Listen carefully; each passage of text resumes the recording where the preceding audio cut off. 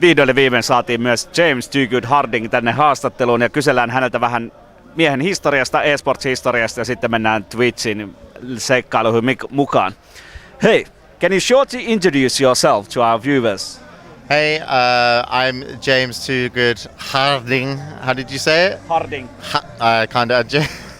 And basically, I work in esports for quite a long time, and right now I'm running two projects. The Good Studio, which is a content studio run out of Stockholm, and I'm also working with Twitch TV, exclusively more in Europe with partners, events, and sponsorships.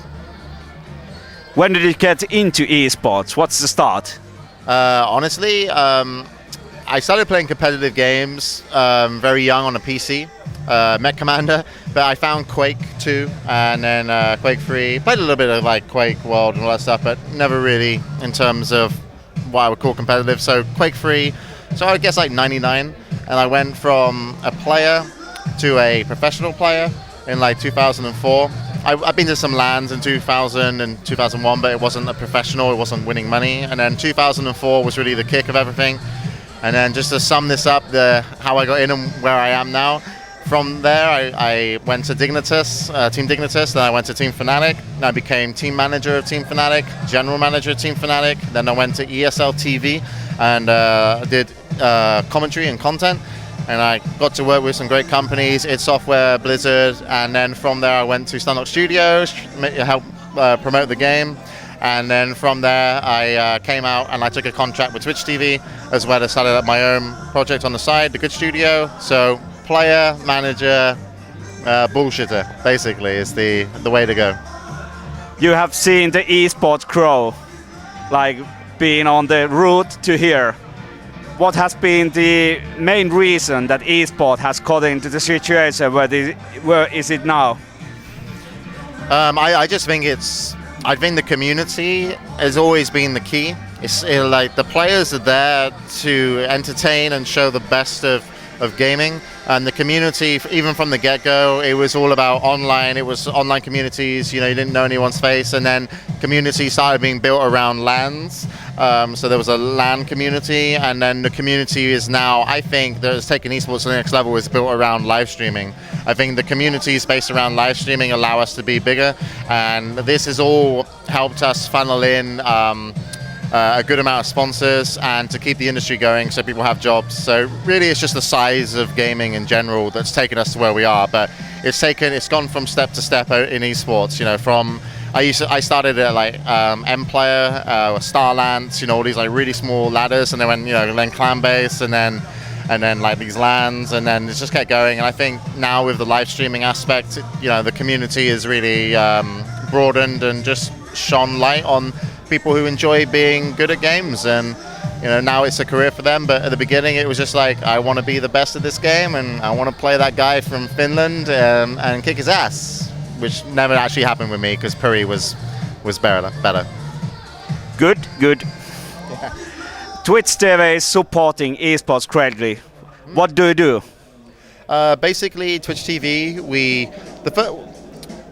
Twitch TV do a few things. Like, I took the job with Twitch TV basically because I had an option with the other streaming companies, and Twitch TV were the one that said they would give the most support to the community. And that was either like prize money in terms of getting a tournament started, or assisting with technical support, or basically taking the brand of esports and putting it out there into the mainstream. And so Twitch TV ticks all the boxes for me to want to work with them.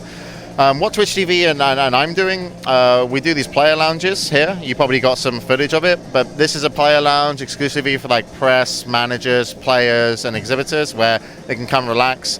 There's a lot of downtime between your first group and your second group, and you can't lose your energy by not having anywhere to go. So we give them a place that they can just rest and prepare for the next game, but we also make sure there's enough entertainment with having streams running. We give a physiotherapist to make sure that they can be worked on if they're having any like pains in their wrists or back or neck if they're playing too long or just not in the best condition.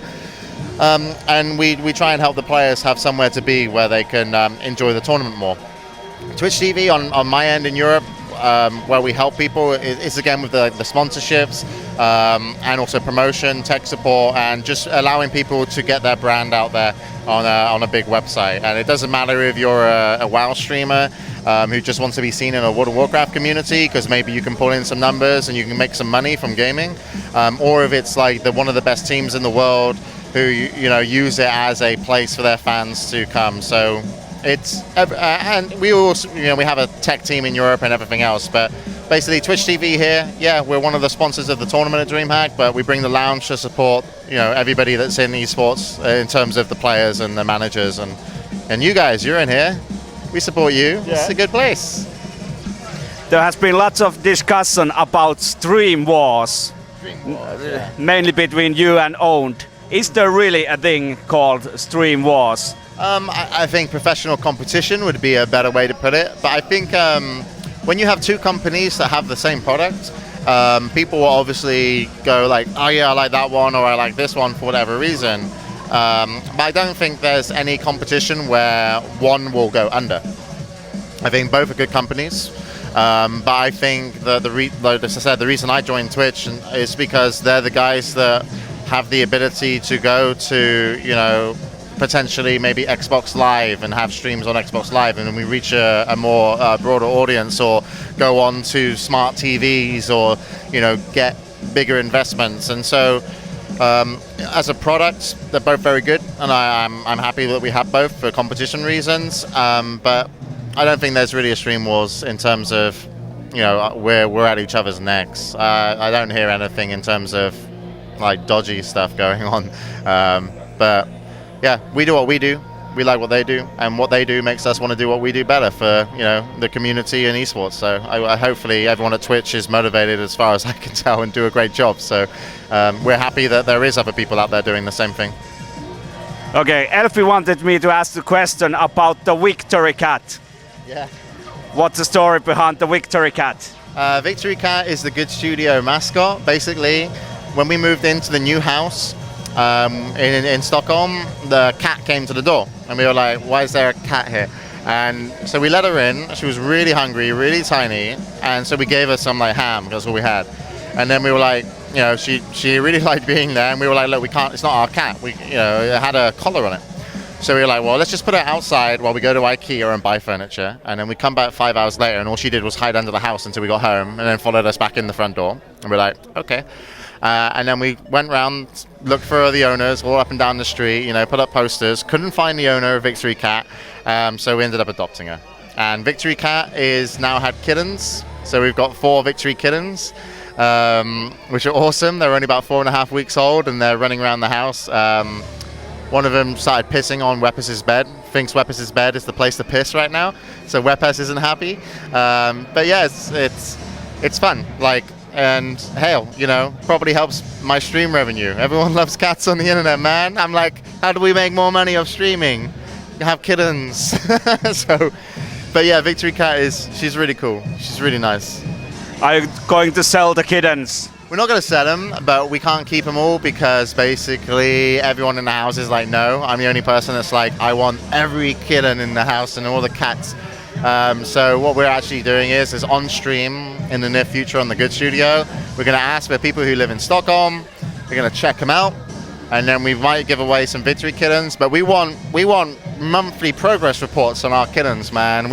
They're going to have to take pictures and send them back to us to make sure they're all okay. So yeah, maybe we get to keep one, but yeah, I want to keep them all, but Trans is like, no. Anything else you want to add? No, not really.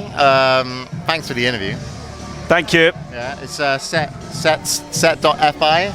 Yes, set.fi. How's it going over in Finland? Life is good, man. Life is good, man.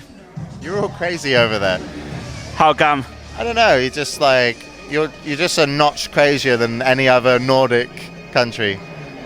When you won the hockey 6-0 versus Sweden? 6-1. I saw 6-1. Yeah. I saw pictures of naked people on top of bus stations. Also on the top of Presidential Palace. Really? That's why I'm coming to Assembly. I'm going to have to be there because I went to Assembly and it was really fun and the Finnish crowd were cool. So I'm coming back. Yep. See you there. Take care.